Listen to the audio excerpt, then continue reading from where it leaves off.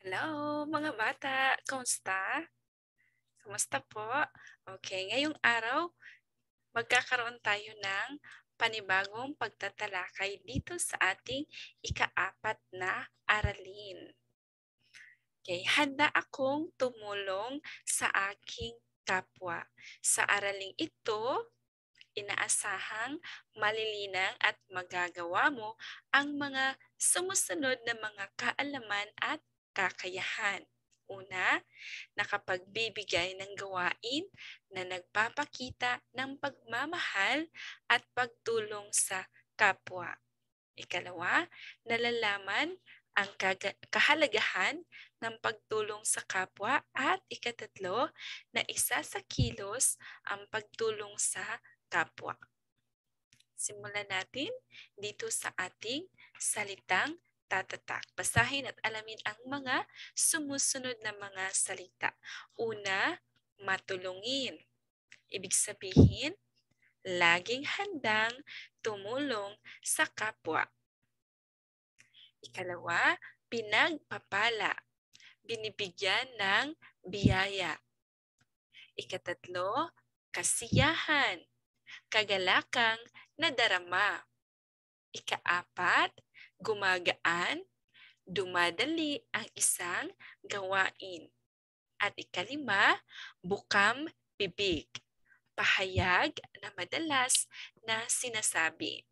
Okay, balikan natin. Ito, una, matulungin, laging handang tumulong sa kapwa. Kapag ikaw ay laging handang tumulong sa kapwa, ibig sabihin, ikaw ay matulungin. Okay, kapag sinabi namang pinagpapala, binibigyan ng biyaya. Kaya sinasabi nila na ang batang matulungin, ang mabait na bata o ang mabait na tao ay pinagpapala, binibigyan ng biyaya. Saan ba galing ang biyaya? Ito ay galing sa puong may kapal. Okay, pinagpapala tayo. Kapag tayo ay matulungin at masipag. Ganon. Sunod, kasiyahan, ibig sabihin, kagalakang nadarama. Okay, yung damdamin natin o kalooban natin ay masaya. Okay, masaya tayo. Ganon. Okay, nagagalak. Yan ang ating nadarama. Okay, sunod, gumagaan, dumadali ang isang gawain. Okay, dumadali ang gawain kapag nagtutulungan sa gawain. Ibig sabihin yan, gumagaan. Mas hindi mabigat. Hindi, ibig sabihin, hindi siya parang matagal matapos. Dapat nagtutulungan sa bahay para dumadali ang gawain. Ganon, gumagaan. Mas madaling matapos. Okay, sunod, bukang bibig. Ito ay pahayag na madalas na sinasabi. Okay, si mama palagi nagsasabi na dapat maging mabuti kang bata, ganon. Ayan. Or salamat anak. Palaging sinasabi ni mama ang salamat o di kaya ingat anak, ganon. Palaging bukang bibigyan ni mama. Maging mabait ka sa klase anak ha, bago pumunta sa paaralan. Ganon. Yan ang sinasabi. Bukang bibig palagi, madalas, always na sinasabi. Ganon. Okay, balikan natin ulit. Matulungin. Pinagpapala. Kasiyahan, gumagaan, at bukang bibig. Ito ang ating mga salitang tatatak. Okay, nandito yan sa ating aralin. Alright, dito tayo sa ating mga larawan. Simulan natin dito. Okay, mayroong tanong. Okay, susuriin natin yan at mayroong mga tanong dito. Sagutin natin ito. Tumutulong ka ba sa iyong kapwa? Isa pa, nakapagbigay ka na ba ng tulong sa mga taong nangangailangan? Okay, suriin natin ang mga larawan. Una, ang batang ito, ang lalaking ito ay tumulong dito sa babaeng may kapansanan. Okay, sunod, ang batang ito ay nasaktan. Siguro nadapa siya habang naglalaro. Okay, at ito, tinulungan niya ang bata, nilulunasan niya, okay, ginagamot niya ang kanyang sugat. Okay, alright. Dito, Tumulong ang bata sa paghuhugas ng pinggan. Tumulong siya sa kanyang nanay. Ganon din ba kayo? Okay, magaling. Alright. Yan. Ang mga larawang ito ay nagpapakita ng pagtulong sa kapwa o sa mga gawaing bahay. Okay, sunod. Dito tayo. Meron pa. Okay, tanong, ano ang pakiramdam kapag nagbigay ng tulong? Tingnan natin. Ito, siya ay tumulong sa kanyang kaibigan sa pagdadala ng mga aklat. Nakangiti pa siya. Okay, at ang babaeng ito ay nakangiti din. Okay, so ibig sabihin, kapag tayo ay nakatulong sa ating kaibigan o sa kapwa, masaya tayo dahil natulungan natin sila. At yung tinulungan natin, masaya din dahil gumagaan ang kanilang gawain. Okay, ito naman, ang mga batang ito ay tumulong sa kanilang nanay sa pagsasampay ng mga nilalabhang damit. Okay, si nanay ay nakangisi pa, nakangiti. Masaya si nanay. Okay, sa makatwid, ang pakiramdam mga bata kapag nagbigay ng tulong ay masaya. Okay, masaya tayo. At yung taong tinulungan natin, masaya. Nakapagpapagaan tayo ng kalooban nila. At yung mga gawain, syempre. Okay, dito tayo sa ating talakayang moral. Ang matulungin ay pinagpapala. Ang pagtulong ay isang gawain ng pagmamalasakit sa ibang tao o sa kapwa. Ang pagiging matulungin ay isang magandang katangian ng isang bata.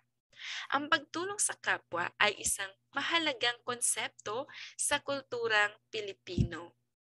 Okay, tandaan, ang pagiging matulungin daw ay isang magandang katangian ng isang bata. So kapag ikaw ay matulungin, mayroon kang magandang katangian. Alright, sabi nga nila na ang pagtulong ay kawang gawa at ito'y dapat manggaling sa puso. Dapat nating tulungan ang mga magulang sa gawaing bahay, pati mga matatanda at may kapansanan. Kaya ang pagtulong ay dapat galing sa puso.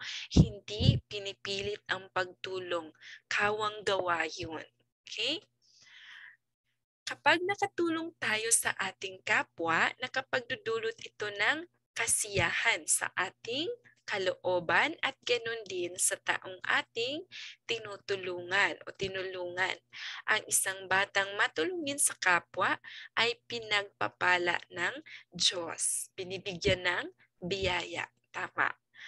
Okay, dito tayo sa ating dagdag unawa. Matulunging bata, ito ay isang maikling kwento. Ang mabait na bata ay tumutulong ng kusa sa bahay. Hindi lamang para sa sarili, kundi pati sa mga magulang at mga kapatid. Okay? Kusa ibig sabihin bukal sa loob, hindi pilit na pagtulong. Sunod, para sa aking sarili, inilalagay ko sa kani-kanilang lalagyan ang lahat ng aking gamit sa paaralan, bahay, laruan, at iba pang bagay. Sa ganitong paraan, madali kong mahanap at matatagpuan ang mga bagay kapag kailangan ko. Ito. Okay, mayroong mga sisilan at lalagyan ang kanyang mga gamit. Hindi rin magagalit si nanay sa akin sapagkat maayos at walang kalat sa aking silid. Nakaayos ang aking mga gamit gaya ng aklat, kwaderno, damit, sapatos at lahat ng aking mga gamit. Kay gandang pagmasdan ang aking silid. Nga naman, magandang pagmasdan ang silid kapag nakaayos ang mga gamit. Sina kuya at ate naman ay lubhang masisipag. Abalang-abala sila sa pagtulong sa gawaing bahay. Pagdating nila mula sa paaralan, kaagad silang gumagawa ng mga gawaing bahay. Si kuya ay nag-iigib ng tubig at naglilinis ng aming bakuran. Okay, yan si kuya. Si ate naman ay nagwawalis ng aming sala. Kumukuha siya ng basahan at pinupunasan ang mga kasangkapan, pati ang mesa at laro at upuan. Pagkatapos nito ay gumagawa ng mga takdang aralin. So gumagawa ng mga gawaing bahay ang ate at kuya at pagkatapos nun gumagawa ng mga takdang aralin. Ang aming mga magulang ay lubos ang kasiyahan. Ipinagmamalaki nila kami sapagkat ipinakikita namin na kami ay masipag at hindi nila kami inuutusan. Ang kanilang mga gawain ay gumagaan sa tulong namin. Okay, nasisiyahan ang mga magulang kapag matulungin ang mga bata. Hindi sila nakakaramdam ng anumang pagod. Lagi silang may ngiti sa labi at lubos na nagpapasalamat sa Diyos. Salamat, mababait, masisipag at matulungin ang aming mga anak. Ito ang lagi nilang bukang bibig. So, ang bukang bibig o palaging sinasabi ng nanay o tatay, yung mga magulang ay eto, salamat, palagi sila nagpapasalamat dahil mababait, masisipag at matulungin ang kanilang mga anak. Ganon yung mga magulang, mga bata. Nagpapasalamat sila kapag kayo ay ganito. Okay, dito tayo, tandaan, dapat palagi mga batang tandaan ha, ang batang matulungin ay nagbibigay ng ginhawa sa damdamin. Okay, dito tayo sa ating mga tanong. Una, ano ang ginagawa ng bata sa kanyang mga gamit? Tama, inilalagay niya sa kani-kanilang lalagyan ang kanyang mga gamit. Sunod, ano ang ginagawa ni Kuya? Tama, nag-iigib ng tubig at nagwawalis ng bakuran. Sunod, ano naman ang ginagawa ni Ate? Okay, nagwawalis ng sala at nagpupunas ng mga gamit. Tama. Okay, ito. Ano ang nadarama ng mga magulang ng magkakapatid? Ano ba ang nadarama ng kanilang mga magulang? Okay, lubos na nasisiyahan at ipinagmamalaki sila. Masaya at pinagmamalaki yung mga anak nila.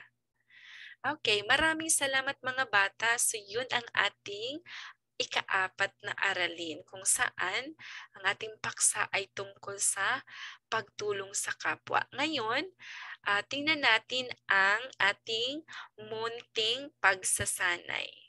Sandali lang po ha.